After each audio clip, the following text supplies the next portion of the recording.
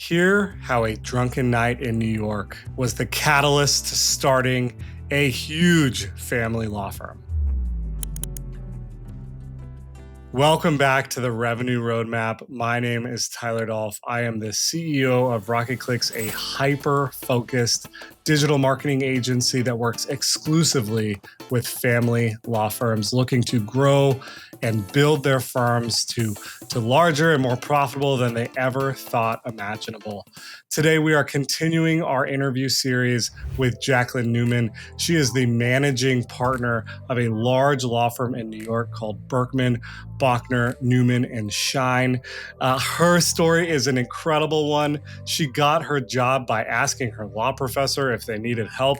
And then one drunken night in New York, they decided to start their own firm. This interview is a great one. Make sure to check it out. Welcome back, everyone, to another exciting episode of the Revenue Roadmap. Today, we have an incredible guest. Jacqueline, thank you so much for your time today. Could you please introduce yourself and your firm to our audience? Sure. Well, thanks so much for having me. My name is Jacqueline Newman. I'm the managing partner of the law firm Berkman, Bachner, Newman, and Shine. We're a matrimonial law firm in Manhattan with offices in Long Island and in Westchester, and slowly creeping into Florida and New Jersey. Oh, that's interesting. Why the locations spread out like that? Well, in New York, we wanted to be able to cover the two surrounding suburbs. So our main office is in Manhattan, but then we have the two outside. And then as for New York and New Jersey and Florida, New Jersey, we get a lot of people that live in New Jersey and practice in Manhattan. So you get a lot of that. And then Florida, we have a lot of New Yorkers that are going out to Florida, avoiding state tax. So, so we're looking to kind of branch out in there. And we have of-counsel people right now in both places, but I'm looking to build like real offices there soon. I love it. That's awesome. As a firm owner, we built our firm based on the idea of finding locations that are a bit more spread out from a population density standpoint, because we really believe in the power of Google Maps. Hearing that you have a location in Manhattan is fascinating to me. Can you give us a little history on how the firm was built, why you chose Manhattan?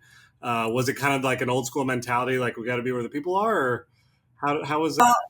So there's a little bit more history to it. So I actually joined the firm. So there were two older partners who owned it, the Berkman and the Bachner of Berkman, Bachner, Newman, and Shine. And what happened was Barry Berkman was my law school professor. And I went up to him at the end of class and asked if he was hiring. And the person that was working for him at the time was leaving to go follow the Grateful Dead.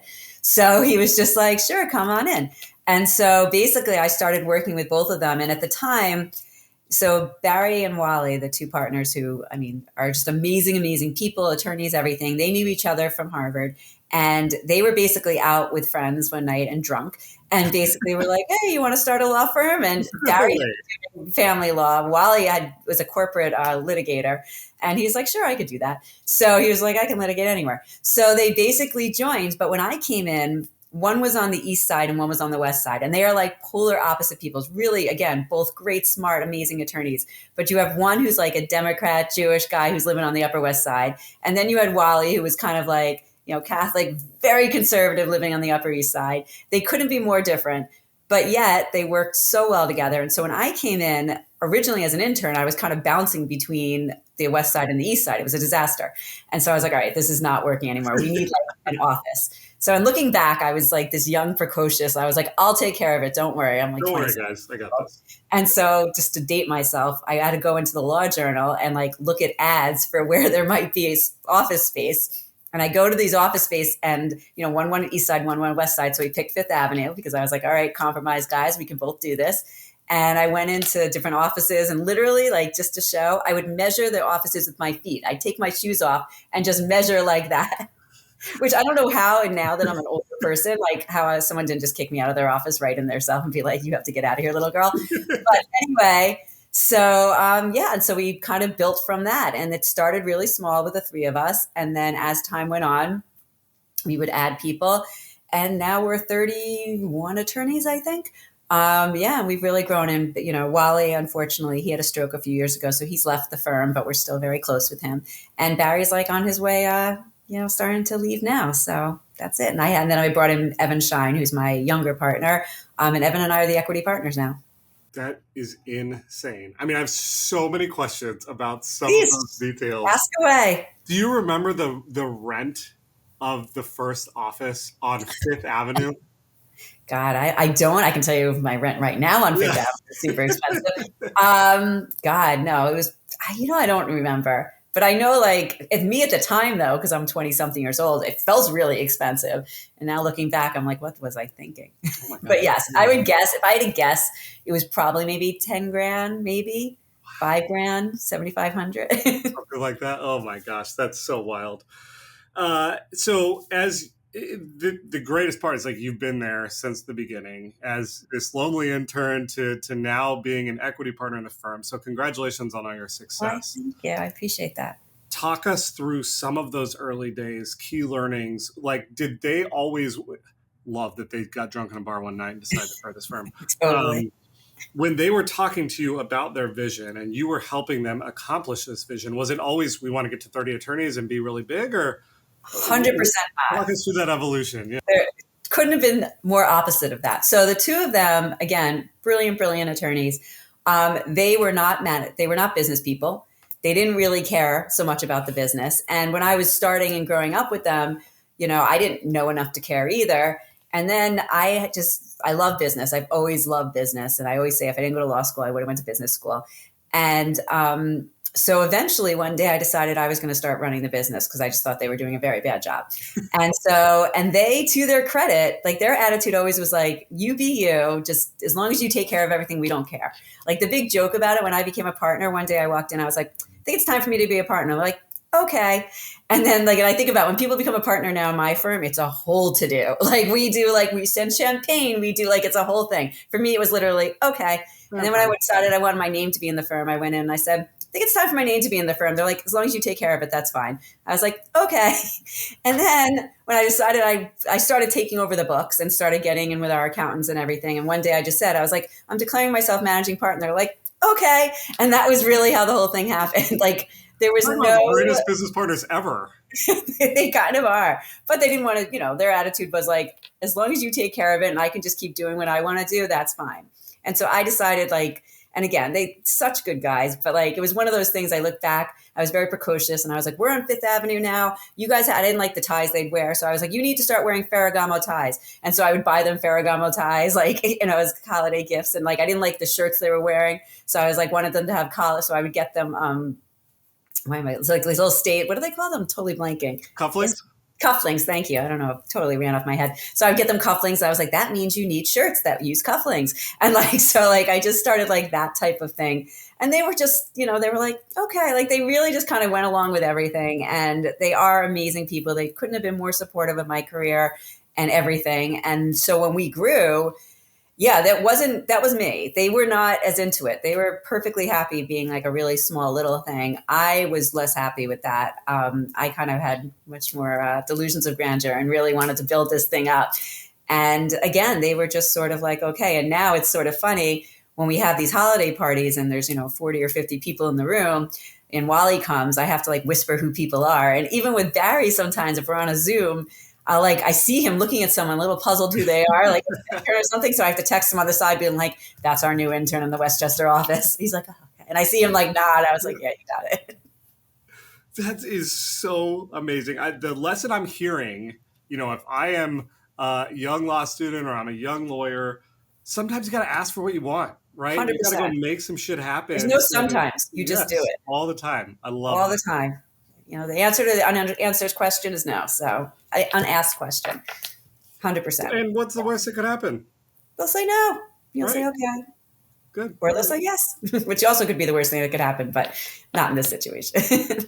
So you are taking over more responsibilities at the firm. You guys are starting to grow. 30 attorneys is an incredible milestone, especially for family law offices. Yeah. We always talk about how when we got to 30 attorneys, we were kind of like, okay, there's something here. Right. Getting there, how have you been able to build process and create opportunities and open locations? What's your mindset going into building the firm, and how have you been able to do that so successfully? So it's a fantastic question because I think a lot of it was somewhat organic. Like a lot of it wasn't like I woke up one morning, I was like, I want 30 attorneys. But I think what ended up happening, I'm a big believer in you don't walk away from opportunities. We've had a lot of people that have fallen into our lap who have been amazing. I've had a lot of people that have been with me since the very beginning. We don't have a ton of turnover. For me, culture is king. Like I am super, super into culture. I've been like at almost the majority of the weddings at my office. We just had one last week and there was like 20 of us there. And the baby namings, I'm one of those people that, I'm like, I'm on the list. Like the second you give birth, I want that call at 2 a.m. I want to know what's going on. Like there's a very, very tight knit. My associates are super tight knit. We just sort of grew somewhat organically, at least in the city. The outside offices were much more of a decision. Like I really wanted, because again, at least in New York City and on Fifth Avenue, when I would go to the outside boroughs, they'd be like, a Fifth Avenue attorney can't be here kind of thing. It's a very, if you didn't go to high school with these people and you weren't at their prom, they want nothing to do with you. And so I realized that being shot down many times. I had someone once argue to me saying, well, maybe that's how they do it on Fifth Avenue. And I was like, well, actually, it's the CPLR, and that's sort of how they do it everywhere. And they were just like, she wanted nothing to do with me. I realized we needed insiders. And so we started hiring people that were on the inside. Like, and even though it's corrupt and it's awful and it shouldn't be that way, sometimes you just got to play the game. It is what it Way of is. the world. It is the way of the world. So we would, I was like, just, is your phone number, is the judge's phone number on your phone? Like that was kind of my interview question. Like, let's start there. And just to know how close everybody is. And unfortunately, or fortunately, some of them were. And so that's how we started building. And I have to say, I find it harder to build in the outside boroughs. We have a lot of people that really want to come to the New York City office. A lot of young students always want to be in the New York City office. Our New York City office is tons of fun, and it's in the outside boroughs. You don't have that many younger people that are usually living in the outside boroughs. They may live there eventually, but not in the beginning. And so it's harder to build out there very much. But the advice I give to people, the problem that, especially in matrimonial law, is that you don't want to hire people unless you have experience. But again, they can't get experience unless they get hired. So this is kind of, and it's very small, as you said. Like, I know we're one of the largest. It sounds like you're one of the largest. There's a few in Chicago. But for the most part, it's solo practitioners and young, small firms. And so what I always advise people is like, work for free. Like, just get your experience. Like, it doesn't almost matter. It does matter where you work, but it is just about getting the experience because people don't want to take risks. But I'm also a huge proponent of, as I said, you don't want to walk away from opportunities. So if you get a good person, you train them. Like matrimonial law, it can be complex, but it's not rocket science. It's all about people. And if, and I used to say my interview skills, I used to just not even look at a resume. I'd be like, I'd have, can I go out to lunch with you? That was usually my one thought when I would interview people. I'd look at the resume after, because I'm like, if you're annoying to me, you're going to be annoying to my clients. And so it's so much about personality, at least in this field, because you can pretty much learn everything else you need to know. And we also deal in the high net worth space. So in the high net worth space, there's not a lot of case law. You just need to know the judges. You need to know what's going on. And so to me, even more to the point, you need to know how to work with the people, because these cases settle for the most part. You don't see a lot of litigation about them because people want to be private and things like that. And so it's all about just knowing your people and putting the good culture together. So I think that's like the key to the whole thing. That's incredible. So for our listeners, there are 68,000 family law firms across the country, which is pretty true. Yeah, very true. Most of them, majority of them, are sole practitioners, right? They're very Yes. small shops, and it's being able to come in and create value initially is high if they're open to letting go, right? Yeah. There's so many single sole proprietors who are that way because they like to be in control of all of the things. Yeah. They have their hands on all the things. So being able to find a firm that will allow you to take things off their plate and create that value is really important. You said something that really struck a nerve, which was building a great culture. Yeah. Talk to me about what you've done to create that culture. I think what we know and from what we've seen in our firm is that culture is so important. Having values, having a vision, being able to share that vision is incredibly important. But when we're dealing with attorneys, getting them involved is sort of a different game, right? We have our agency and young, hungry workforce at the agency. Leading and building a culture at the agency is much different than the culture we're building at the law firm because of who we're dealing with. Yeah. Have you found that to be true? So I think, again, it's who you pick. We are really, I mean, I heard you cursing, so I'm going to say we have a no asshole policy, like very much. I don't care what your book is. None of that matters to me in any way whatsoever. So that's like number one. The other thing that we do, and what I tell this to, I run a lot of managing partner groups and a lot of women managing partner groups, which as you can imagine are far and few between, as I'm sure you've seen. But I have my associates hire associates. And the reason being is that I don't personally know really what we need. And so again, to your law students, people call me all the time, how do I break in the field, blah, blah, blah. And I was like, don't call the managing partner. Like I try to take like 2 or 3 calls a month just to give back. But generally, don't call me. You should be calling the junior partners or the senior associates because they're the ones who have the hands on the pulse. They're the ones who know if we need someone. I don't really know. I know that I have work to do. I give it to my workflow attorney and then it gets done.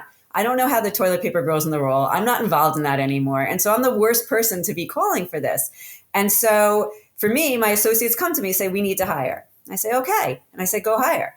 And the way I look at it is they do the interviews. I'm usually one of the last interviews because they're the ones who are going to have to work with these people. And so why am I going to choose who you're going to sit with at lunch? And also I want you to have interest in it. I want you to feel vested because your name's going on this person. And at the end of the day, like I'm still giving my work to a senior associate or a junior partner, whoever they have to do it, like they're still responsible, just like I'm still responsible if they screw up. So hire somebody that's going to be good. And I will tell you, like my associates are tough. I call them mean girls, like, and it's not just girls, but like it is hard to get in our door. I would hire so many more people than they would. But you know what? God bless. Like, I think that's great. And they care and they are invested. And the person that they choose is somebody that they're all ready to put their names on. And I've been told that what they do is they interview. I actually kind of find this funny. And as soon as like the person clicks off, they have this little system where they have the thumbs and they either go up or down. Like everyone knows to do it. And it's like, and they go, up, like that's how they basically decide who they're going to get to the next round. And do you have to have a thumbs up in order to move forward? Yes, you have to have a thumbs up. I love that. So I just learned that. I was like, oh, it's a thumb system. All right. It's so smart.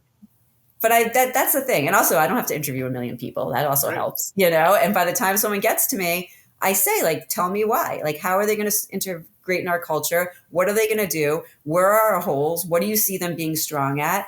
And, and we also and they all rally and our associates are super, super close. And it's partially because they picked who they wanted to sit with. And I think there's something to be said for that. We, at our business, we call that shared fate. Yeah. So I am responsible for the person that I hire, and I'm going to be held accountable for their success. And 100%. So we have this shared fate where we're moving in the same direction, and it's my ass on the line if you don't work out. That's right. So I better interview you in a way that's going to allow us to both be successful. Yep, 100%. And the only interview question I usually ask is, what's your pet peeve? What's your work pet peeve and your home pet peeve? I think that tells so much about a person. Like, so everyone's expecting me to ask all these crazy hard questions, and I let everyone do their thing. And then as a managing partner, that's my question. I'd love and it. It throws people off, but I'm always like, you know what? That's what I want to know, because you're going to tell me a lot. Like, if you're someone who's like, I hate when people micromanage me, which, that's fair, but that's telling me something right there. Mm-hmm. Or if someone's just like, I don't like anyone touching my desk. Okay. Again, that's the key. That's something I want to know, whatever it may be. I'm very, I have whatever. Actually, I was going to say something totally inappropriate, but I won't. So anyway, go ahead. Feel free. I'm sitting here racking my brain with well, what's my pet peeve? How would I answer that question? That's right. It's not an easy question. That's a good question. And I also like people to answer quick, because that shows me also, can you think on your feet? That's not a question you're expecting, especially coming from me. And, I want to know, what's your reaction time? Because I think in our field, we're litigators. We need to be able to react. You got to do so with confidence too. Yeah, 100%. Jacqueline, I wish we could spend like 9 days together. I have thoroughly enjoyed this time. I really appreciate your story. Incredible origin story. We love great origin stories here.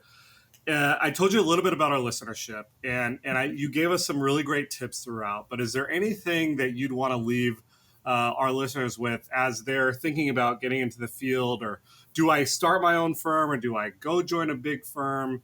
What piece of advice could you leave the listeners with? So the piece of advice I give anyone who does this, you should go and intern or work for judges or do something in matrimonial law before going out. You're going to make no money in the beginning, because it's just not a field you make money in until later, unless you're part of a big firm that has a small matrimonial practice. So you need to make sure you really want to do this. It is emotionally draining work. I love it. I find it so rewarding. I wanted to do it since I was like in middle school, which is really weird, but whatever. And yet there's no divorce in my family, like until like 4 generations out. My parents were both psychotherapists. The big family joke was I was too aggressive to be a therapist. So that's but I really think you need to practice. Like you need to be in it, because everybody thinks it's sexy and it's fun. Oh, it's fun to hear about people's sex lives and money and blah, blah, blah. But you need to make sure you can really do this. And like hearing people whine all day long and being neutral and really kind of validating. And, I always say I'm the most expensive shrink. Like you need to make sure you can do it. And you don't want to learn that after the fact. Like you want to learn that while you're in law school, because if you are, it is a hard field to break into. So you want to basically be in a situation, this is 100% what I want. So I think get the experience now while, you're still under the dime of whoever's paying for you, and find out if this is really where your passion lies, because you're going to burn out if it's not. You got to love it. 100%, right? You're dealing with people at some of the worst time of their entire life. And if you can add value during that time, you actually are going to be a huge benefit to the rest of their life. You got to have the callus and the muscle built up to be able to do both of those things. But I do think it's a wonderful field. I just want to also do a little plug to the field.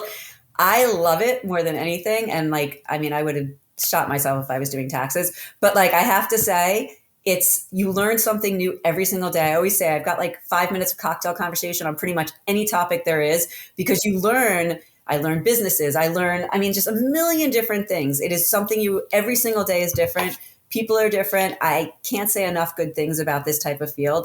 I absolutely love it. So I do think people should dabble in it if that's something you're interested in. But again, just make sure it's real interest. So great. Will you please come back so we can have a follow-up conversation? Sure. We would love My to have pleasure. you. Thank you so much for your time today, everyone. I hope you enjoyed this awesome episode, and we will see you next time on the Revenue Roadmap. If you enjoyed this interview with Jacqueline, make sure to check out the other interviews we have during this series at Revenue Roadmap. We have had some amazing conversations and heard some awesome stories telling their perspective on what it takes to build a successful law firm. You will love it. Make sure to check out a few of them right here.